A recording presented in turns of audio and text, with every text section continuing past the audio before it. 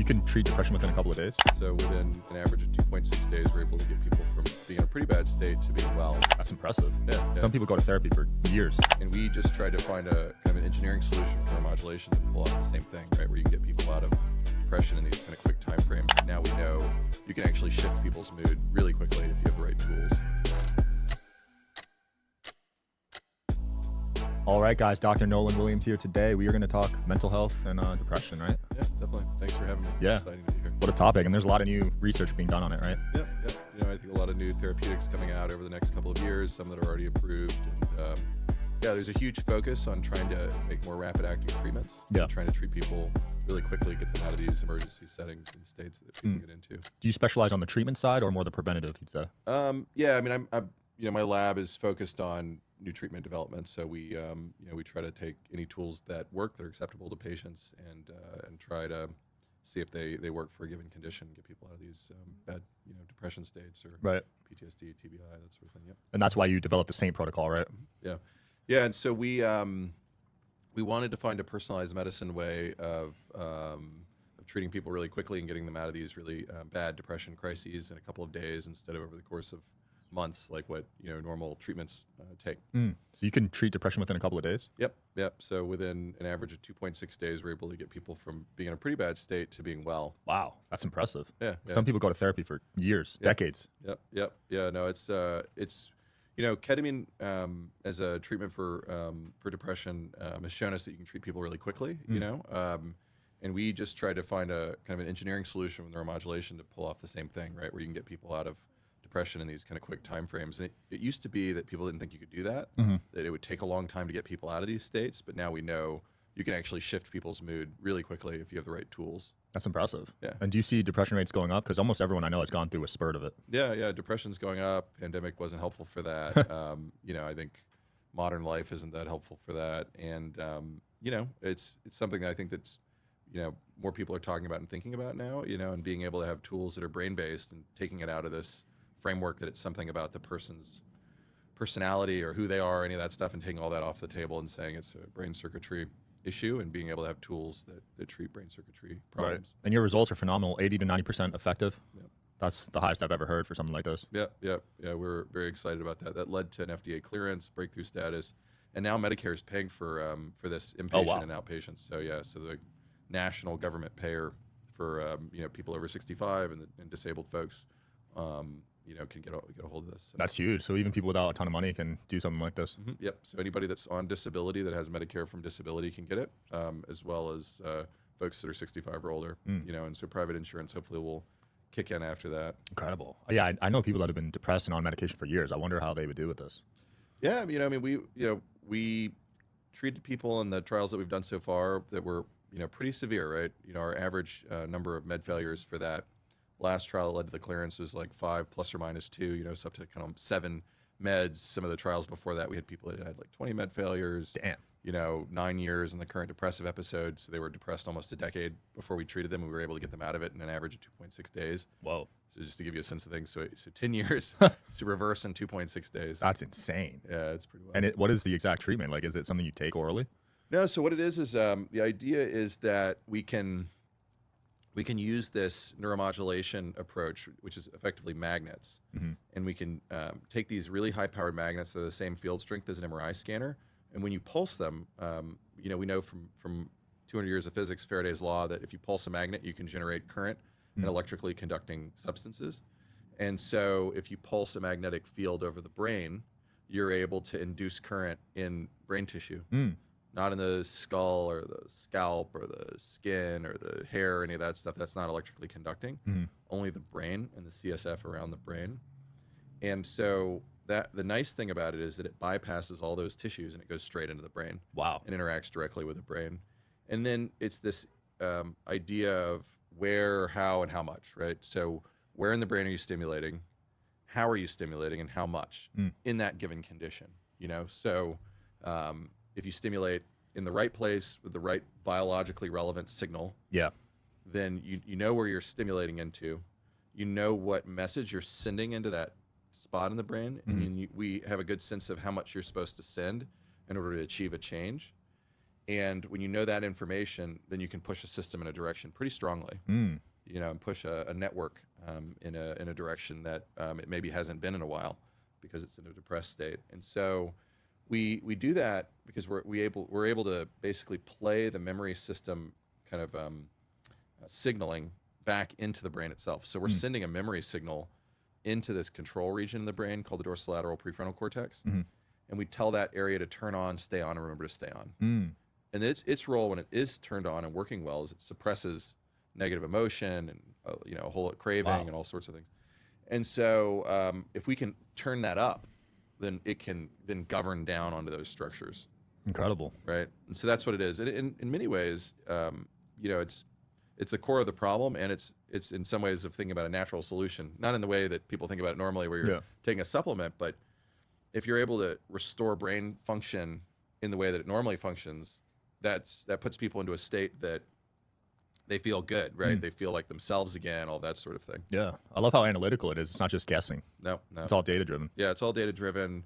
The personalized medicine part of it is that everybody gets a brain MRI, and we analyze their specific network arrangements, and we're able to, with those specific network arrangements, zoom in on positions within the, this bigger named brain region, the dorsolateral prefrontal cortex, into smaller regions that are connected to deeper regions. So we have a sense of what that region is doing, and what its relationships are for that person. Right. And so it's the same idea of, if you're a violinist, your hand representation in your brain is going to be very large. If you're a soccer player, your foot representation is going to be very large, right? And so you actually shrink or expand certain brain regions, kind of like functional allotment based off of use or pathological activation or whatever it is, right? Yeah. And so we know that's true also for other brain regions outside of just the motor cortex, right? And we think that's true for the dorsolateral prefrontal cortex. We can actually subdivide it based off of that person's neural anatomy.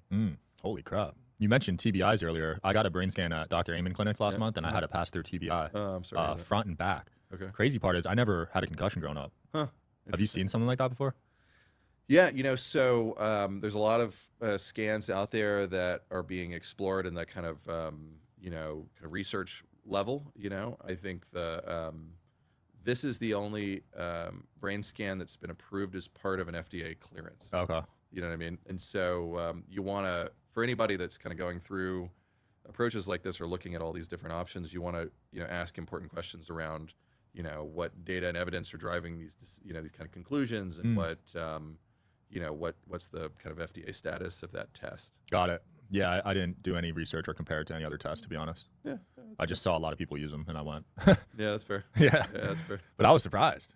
Yeah, I mean, I think, these are emerging tools that may not necessarily be like at the final stage. So you may not have. I think the fact that you don't remember having one is, is kind of a clue that, you don't know. But I think that you could have. A lot of people have had concussions, and they didn't know necessarily, because the symptoms are different depending upon how the brain, how the brain's hit, basically.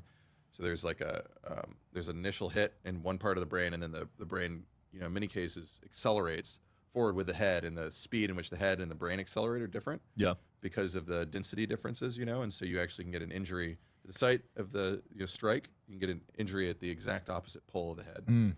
Right. And so that's what makes TBI quite difficult to deal with as far as a diagnostic. And, and so some people come in and they don't have the classic post-concussive syndromes. There's data suggesting that some people with a history of, of traumatic brain injury, concussion, actually have new onset psychiatric illness. Wow. Yeah. And so these are all like open research questions. We don't have like a test or a solution to figure that out yet. Yeah. But I think that it's an exciting field, and hopefully we will in the next 10 years. Have you had any boxers or fighters or NFL guys do this process? Yeah, we've had a handful of people go through and get neuromodulation for for traumatic brain injury. One of my colleagues, Sean Siddiqui, who's at Harvard, has done a bunch of work on this in depression after traumatic brain injury, and what he's seen is improvements in the depression related to traumatic brain injury, and that kind of brain abnormality or difference in the neural networks is different than normal depression, which is important to understand. Oh, so it's different. Yeah. So how is it different? So it's just the nature of the connectivity patterns, like the way that the brain is connected or disconnected in normal depression. That's a certain kind of fingerprint, if you will. Right. And he's shown that that fingerprint in the fingerprint of depression related to traumatic brain injury, but not in people that have traumatic brain injury without depression. These are different brain kind of network arrangements. Got it. You know, and so that's the sort of work people are trying to do, figuring out, are there footprints in the brain, these kind of unique connection differences that can be used as a way of determining differences in the various symptomatology people show up with. And it's like super early stages. Like all of our work with the thing I described earlier with Saint, with the neurostimulation approach, that ends up being work that's basically just asking a question of where in the brain to place the coil from a position standpoint. It's agnostic to depression. You know, so this idea that, you know, we can look into the brain and know everything about everybody's psychiatric illness. We just don't have enough data to show that yet. Got it. But now that there's, you know, these tools are being utilized within the context of these stimulation procedures, we're going to be in a place where we can do some of that. So depression can be kind of anywhere in the brain then. It's not like one spot. It's a distributed neural network, right? So it's there's data suggesting that there's potentially a hub in the left dorsolateral prefrontal cortex, this area that I was talking about earlier that we stimulate. So if you look at Mike Fox's work, you look at you're putting all the strokes that cause depression on the human connectome map versus all strokes that don't cause depression, and then asking the question of what's common to the strokes that cause depression versus not, and is there functional connection to this brain region, the dorsolateral prefrontal cortex. But not, very few of those strokes were in the dorsolateral prefrontal cortex. A lot of them were in places that were just connected, right? And so it's more like the internet, instead of like the house, right? It's like you may have a stroke in a house, but if you had like this, kind of very early stage internet kind of set up like ARPA or whatever, like at the beginning, you may have like 8 different nodes in that internet connection or something. And you knock one of these out and it has an effect on all the other connections. And so that's the idea. It doesn't necessarily have to be that it's one place in the brain or another, but it's the connected network where they're all these particular subregions of the brain are all connected to one another. So a lot of people say they're depressed, but do you know what the actual numbers are? Yeah. So the numbers of depression and the rates of diagnosis are different, because of stigma and because of diagnostic questions. So your question's a little bit complicated to answer because depression's multiple things, that we put under the umbrella of depression. And so one of the things that we have to figure out is are there unique brain signatures for that? And so we're working on a project now with Connor Liston around this, the NIH funded, where we're trying to type different brain network arrangements, and so how many people are in each one of those network arrangements, we're trying to figure that out, right? Because these are probably subdivisions or different things. And then there's these issues around underdiagnosis because of the stigma issues, right? And so are there people that aren't being diagnosed that have depression? Absolutely. Are there people that have a diagnosis of depression and it's really bipolar disorder, PTSD, or something else? That's also there, And so the most important thing, from my perspective, to really answer the question that you're answering in a real way, in a data-driven way, is that we, over the next hopefully decade, come up with real biological tests that can tell us how many people actually are depressed in this way, in the brain in this way, instead of a paper and pen. Yeah, that'd be great, because right now it's subjective, right? Doctors are pretty much saying, oh, I think you're depressed. Let me give you this medication or whatever. Yeah, and the certainty level goes up as the severity goes up. So when you see a severely depressed person, you don't need to be a doctor sometimes to know that. Right. I mean, sometimes you do, but sometimes, family members can say, man, Aunt so-and-so is depressed, right? Like it's pretty clear. They're not leaving the room. They're sleeping all day. They're not really eating. They're not making eye contact, all that kind of thing. They look really sad.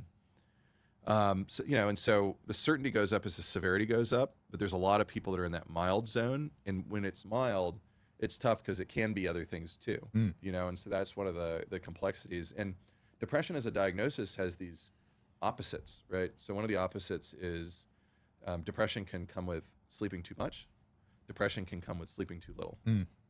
Depression can come with eating too much or eating too little, or being overactive or being underactive. So these are, polar opposite symptomatology, and yet we clump it under depression. Yeah. And that's one of the complexities, and part of what we have to figure out is how to deal with that, resolve that from a biological perspective. Right. Hopefully we could get there soon. That'd be cool. Have you seen any linkage between anxiety and depression for people that are anxious? Yeah, there's a lot of linkage between anxiety and depression. I mean, most people that have kind of refractory anxiety end up getting depressed, and then a good chunk of the people with depression have an anxious component to it. Not everybody, but a good percentage of those folks, and so they run hand in hand. And what's interesting is that the where that information is in the brain seems to be subdivided within these named brain regions. And so, work from the colleagues I was telling you about earlier from Harvard have shown that you can subdivide the dorsolateral into regions that are more anxiety related or more dysphoric related, right? So this idea that there's even like a unique signature of that in the brain. And we're going to hopefully get to a point with personalized medicine where we're able to go and say, okay, it's this, target or that one as far as treating, anxious depression or non-anxious depression. Wow, that'd be great. Yeah. I'm very excited about the future, man. Yeah. Because I feel like growing up, there was very little known about this kind of stuff. Yeah, that's right. Yeah. Yeah, it's tough because the brain itself, like if somebody dies of you look at the brain in the way that pathologists look in the brain for a stroke or for Parkinson's disease or for Alzheimer's disease, you don't see anything, So, we figured out Parkinson's and Alzheimer's and all that based off of these autopsies in deceased individuals that had that condition, and then you could try to figure it out from the pathology. But in depression, the normal ways that we do pathology don't really show us anything. There's new ways that people are developing that show some really interesting things, but the original ways don't show anything, and so you need to have a test that's effectively evaluating the functional arrangements of these network nodes with each other in the brain. And can they be alive for that test, or do they have to be dead? How does that? I mean, that's the beauty of functional imaging, right? Is that, and some of these other newer procedures, is that we can actually capture the sort of information that we think we need to capture in order to understand depression more in alive people. Got it. Any supplements you've researched that actually help with brain health? Because that's a controversial topic. Yeah, it's a super controversial topic. I mean, I think that the biggest thing that's very, very clear in study after study after study is the most important thing is exercise more than anything else, because that seems to prevent off a lot of the various neurodegenerative conditions, a lot of the, it can treat kind of mild to moderate depression. And so exercise, I think, is the most important thing as like a base. And then, I think that the Mediterranean diet, seems to be an important thing to do for overall brain health. And that's very non-controversial. And the thing is that that's also very good for heart health, and so it's one of these things where if you get kind of a signal that somewhere else in the body is also really kind of positively reacting to a dietary change, then you can feel, I think, more confident than if it's just like a kind of more theorized brain kind of supplement. But it's like, all right, we're going to focus on this kind of Mediterranean diet that's like whole foods and like has like, a high omega-3 content, all that stuff that ends up being, very helpful. Got it. Magnesium and omega-3s though, you take those? I have in the past. I mean, I'm not currently taking any of that stuff, but I have, at various points in the past, tried both of those things. I think, I think those are reasonable things to try. I don't think there's any negative for either one of those. Yeah. How do you feel about the ADHD and autism rates skyrocketing lately? Yeah, it's an interesting, it's an interesting question. We don't know, what the kind of reason, autism rates are going up. There's a lot of work that needs to be done. We don't, have a fundamental knowledge of what autism is, which I think is one of the big things that, various colleagues of mine are trying to work through and figure out right now. And then I think once you know what the pathogenesis is of something, like what's causing it, then you can try to figure out why things are going up. Interesting. Similar with ADHD, it's tough. The problem with ADHD in some cases is that, the symptoms of ADHD are like highly overlapping over some of the symptoms of depression, right? Concentration issues are common for both of those conditions. And so there may be, a lot of those folks with just straight up ADHD. There may be there's likely some people that have comorbid depression. Yeah. So. I think I have ADHD. Yeah. Yeah. Yeah. It's, it's a common problem. It's highly treatable. And people end up doing, quite well when they're treated. Yeah, they looked at it really bad growing up, but I feel like it's not the worst. There's a lot of entrepreneurs that have it, I noticed. Yeah. Elon Musk and a few other big ones. Yeah. No, I think it's a gift and a curse. Yeah. I say that about dyslexia too. It's a gift and a curse, that you have these differences in the way that you kind of attend to the environment and learn. which isn't that great for a standard classroom. Yeah. It ends up being much better when you're having to hold attention across a bunch of different projects and timelines and all that, because it aligns more with the way that the brain's working. And so, 38% I think of CEOs are dyslexic. Wow. Yeah. That's super high. Yeah. So there's something there then. Yep. So Charles Schwab is public about that, that's unlikely to be random, right? Yeah. It's likely to be to be a CEO, you have to be you're self-selecting to kind of get there, and that's a very hard road to get to, right? And so, it's pretty obvious to me that the traits that make for instance, a dyslexic person have a hard time with doing some of the kind of like more base level kind of operations, that have a lot to do with drawing on reading and memorizing and stuff like that. They don't have to do as a CEO. Yeah. They actually can like just delegate things. Right. So there's a lot of that kind of thing, this kind of idea of neurodiversity, right? Autism kind of falls in there, dyslexia, other brain conditions, this idea that there's kind of maybe not necessarily like a completely pathologizing way of looking at these problems, but actually thinking about it more on this spectrum. Some people have kind of theorized that autism's on one end of the spectrum and dyslexia is on the other. Normal, non-dyslexic, non-autistic folks are in the middle. And it makes some sense to me that kind of conceptual arrangement, because of the strengths and weaknesses for all three of those groups. And so it's an interesting time. I think what we're going to figure out is that there are these kind of brain types, and with those brain types come some advantages and disadvantages, and some, in the extreme form, some symptoms, which I think is different than the way that we think about it with the DSM, where we're trying to we have this bird hunting tool, like this bird, typing tool, where you're saying, oh, the beak's this long and the bird's this color, and so it's this, which doesn't really work that well unless you have this perfect specimen of a bird.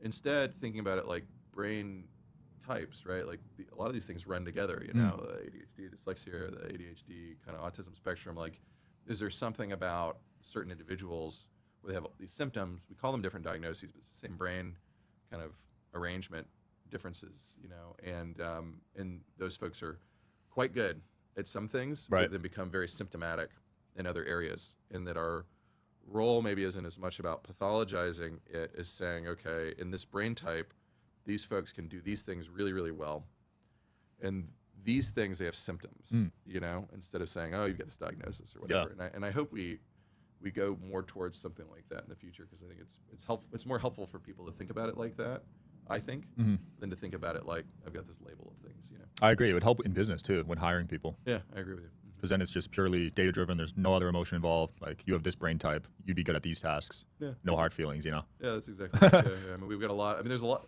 Like, this is a theory, right? So there's a lot to go. We don't have any real tools to do that yet. But I think that's my kind of sense of it. If you look at it, right? If you look at all of these kind of Elon Musk types out there, they all have similar sort of kind of symptom clusters, and it's really just like a brain that's very good at a bunch of things, and then has some symptoms. Yeah. So has Elon discovered this yet? Because I know he does ketamine therapy and stuff, right? I don't know. I don't know if he knows anything about neuromodulation. I know. Yeah, I'm very familiar with him. His public statements about ketamine and some of the psychedelics, and yeah, I think I haven't had an audience to talk to him about it. I mean, I'd always be open to chatting with anybody that had interest in that. I know from other people that are in the Valley that are in that same kind of general startup top tier landscape, that it's becoming more apparent that this is another tool in the toolbox, right? And it's an important one from my perspective, because the risk benefit calculation is about as good as you're going to get in psychiatry from my viewpoint, and about as good as you're going to get in the rest of medicine. I mean, there's a theoretical seizure risk with this form of neuromodulation. Oh, really? It's the same seizure risk as with conventional TMS as Wellbutrin, the oral antidepressants. It's like 1 in 30,000. Oh, okay. We haven't seen it with this yet. Knock on wood. And I don't know, 500 people are in trials or getting clinical treatments or whatever. We haven't seen a single seizure. My suspicion is that it's going to be a really low rate, and like at Stanford, we've seen like exactly one seizure in the whole time we've had a TMS clinic there in 20 years. Wow. And that one person woke up and they're like, this doesn't mean I don't get to do TMS anymore. She wants to sign back up, and so it's one of these things where for a depressed patient, that's like the least of their worries. And outside of that, the only real, more frequent risk is headache. That's Tylenol responsive, Yeah. But people will get some headaches. And otherwise, there's not really seemingly a downside or a negative or risk there. And I think that's an important thing to really highlight. I love that. Yeah, is that there, with some of these other things, with ketamine, with some of the psychedelics, they seem to be safe as a generality, but there are, I think more risks than non-invasive neuromodulation. So. I have seen the dark side of psychedelics. Yeah. If you take a little too much. Yeah. I have some weird college experiences there. Yeah. No, it's a tricky game. I mean, these are, non-specific kind of experience enhancers, right? And so that's very context dependent.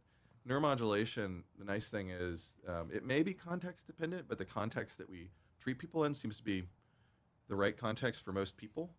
And people actually have the same sort of like afterglow that I've seen with the participants we run through psychedelic trials or ketamine or whatever after the neuromodulation too. Wow. Say some of the same sorts of things, and so they're able to basically avoid a lot of the symptomatology. But yeah, that's the that's kind of the nutshell of it. How often do they have to get the neuromodulation? It's variable, So we ran a trial in frequent relapsers, and what we found is in frequent relapsers, they needed an average of, they needed the 5 days. They needed an average of like 1 to 2 days every 2.5 months. Oh, that's it? Wow. Yeah. That's not that often. Yeah, so it's a full day. It's like 10 hours or something, but people could come in on a weekend and then you can essentially do your taxes and catch up on emails and stuff like that every quarter. Okay. And it's pretty pleasant. People have some sensory experience, but they largely just have like a Netflix movie or whatever that they're watching, and they sit in the chair, like a dentist chair, and they're watching a show. That's incredible. Yeah, and they feel better at the end of it. Yeah, and so it's pretty chill, and it's very reproducible, which I think is useful. And so it's one of these things where people kind of get into this rhythm, and then we know we can kind of keep them well, out into perpetuity. And that's the data that we have now. It looks like we can keep retreating people and keep re-establishing remission. So yeah. Let me know when you're in Vegas, man. Yeah. I'd love to try it out. All right, well, Where do you do it right now? So the lab has studies, and then the company that's commercializing this is called Magnus Medical.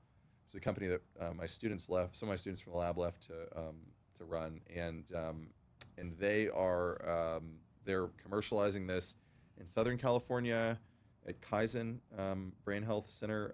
It's in like San Diego, and then in Northern California at Acacia Clinics, which is in Sunnyvale, and then University of Arkansas and the Medical University of South Carolina. And there's like I think University of Iowa is about to start. So there's a bunch of places that are getting going. I mean, this is since like 2 months ago. So it just started being commercialized recently. They need this on every college campus, man. There's so many depressed students, especially in med school. Yeah, no, I agree with you. Yeah, I mean, that's the dream, right? Is that somebody could have one of these in a college, mental health clinic, and you have a patient, you have a student who's in crisis, and you could treat them that same day and get them to a place where they need to go to the hospital. I mean, because the reality, especially in college campuses, and you see this all the time, and it's like heartbreaking, is that, you've got these students who they start to get depressed, and their grades start slipping, they start failing, right? Yeah. And they may even be like super on it when they first start getting depressed. They go to the mental health clinic, like the third day they're feeling bad. You can imagine something like that. They get put on drug 1. It doesn't work, but you don't know that because it takes 2 months to fully know that. And then you got to switch to drug 2, and then that one's not going to work in most people. And then you end up being in a situation where it's 2 more months. Well, that's a whole semester, and now you failed. Yeah. Right? And that's really the problem with that scenario. If you have somebody who's feeling depressed and you have something like this, you could literally turn it around and average 2.6 days. And maybe the person has to miss a couple of classes. And if it's like in their finals or something, maybe they have to delay their finals. But it's one of these things for people that would respond to this, where you could literally get a student from being in a really bad position to being able to go back to work and do school stuff pretty straight away. I mean, we had, for a number of years when we were doing some 18 to 21-year-old subjects, we had this group of 4 college students who came in every spring break, spent their week with us, and then they're well for another year. Wow. Right? And so they got through all of college like that. They just came in every spring break. Yeah. And then they went from being, starting to kind of backslide and feeling somewhat depressed again after having a year of wellness, maybe a couple of weeks where they're feeling bad. And then we'd treat them, and then they'd get the whole another year and come back in. We were able to do that. And it was pretty non-obstructive to their life, Some of those guys came in, I think, over Christmas break instead of, spring break or summer or whatever it is. But it was one of these things where that was enough. And so that's super cool, right? Because you have this problem, you still have the problem, but it doesn't become like a problem that like changes the trajectory of your life. And I think that's the part that is really hard about depression, is that it changes the trajectory of people's lives. Oh, it can. I know there's colleges, like colleges all the time. That's right. So there's attempts and people end up getting hospitalized, which even in the absence of the happening, right? You still, those folks, even if they're saved or they survived or whatever, their life is pretty wrecked after that, right? For at least a while, right? And even people that are just chronically thinking about it, and then they can't get out of it. And so, that's the dream, is can we find ways to, people won't necessarily be completely free of it, but it won't change that trajectory of their life. If they're destined to, run for president of the United States or whatever, and if the depression didn't derail them, maybe they do, that sort of thing, right? And it's one of these things where, how many young people are in a situation where they were destined to do something great, except that this depression just tripped them off and ruined their life in a way they couldn't get to that goal, right? 100%. It almost took me over. I had agoraphobia for a bit. Couldn't even leave my house, man. Oh man. Yeah, that was rough. Yeah. Is that a form of depression? It's a different thing. It's a certain type of phobia, but it's the same basic idea of disability. If you look at disability in psychiatry, you look at the disability from depression, it's very bad, right? And so severe depression, it's as disabling as dying of cancer without treatment. Whoa. Moderate depression's as disabling as having a heart attack. Holy crap. Moderate depression? Yep. What do you mean by as disabling? Yeah, if you look at the disability metrics for having an acute heart attack and having a moderate severity depression episode, is the same disability. Damn. That's pretty crazy. Because when you think of heart attack, you think of like extreme, like can't get much worse than that. Yeah, that's right. I mean, if you talk to people, I've talked to physicians who've had severe depression, and they'd say, I'd rather have cancer than have this because my family would understand me better, Whoa. Yeah, because that's the other thing. You can't really talk about it, right? That's right. Yeah. Yeah, it's, when you have a cancer diagnosis, or you have a heart attack, you have a stroke, or whatever it is, the family groups around, they look at the brain image, the heart image, whatever it is. The doctor points out the problem, the family, cries together, and then everybody kind of, supports each other or whatever. In the case of depression and mental health issues, my dream and hope, and I think shared vision with other friends of mine and colleagues, is, that we have a world where that's what happens, for psychiatric illness in the future, that people can have that same response as what we do with cancer and what we do with heart attacks, but we're not there yet, for sure. I mean, we're still in this realm of, we need to, try to explain it and explain that it's not a problem of, this person not trying hard enough or whatever it is, that it really is an illness that's affecting them. Agreed. I was so embarrassed to admit I had anxiety for a while. It's one of those things, Well, I think the younger generations are now more tolerant of it. I think when I was in college, like 20 years ago, no one would ever even mention on a show like this. You have a lot of courage in talking about it, and I think that's the good thing, is that people are destigmatizing it. And it's important because the more people talk about it, the more normalizing it is, I think the World Health Organization said half of people will have a mental health diagnosis at the end of their life. Dang, half? Yeah. Holy crap. And that's just diagnosis, so it could be even higher. Yeah. So I mean, that also extends into kind of brain illness and dementia and stuff too. But it just goes to show that, like, these are highly prevalent conditions. These are not things that are rare illnesses, or to your point, like a huge societal problem. Absolutely. Dr. Nolan, it's been really interesting. Where can people learn more about you and learn more about Saint? Yeah, so I have so Nolan Williams, Stanford, into Google, and you'll get my my Stanford website. I have a Twitter or X account, Nolan R.Y. Williams, so at Nolan R.Y. Williams.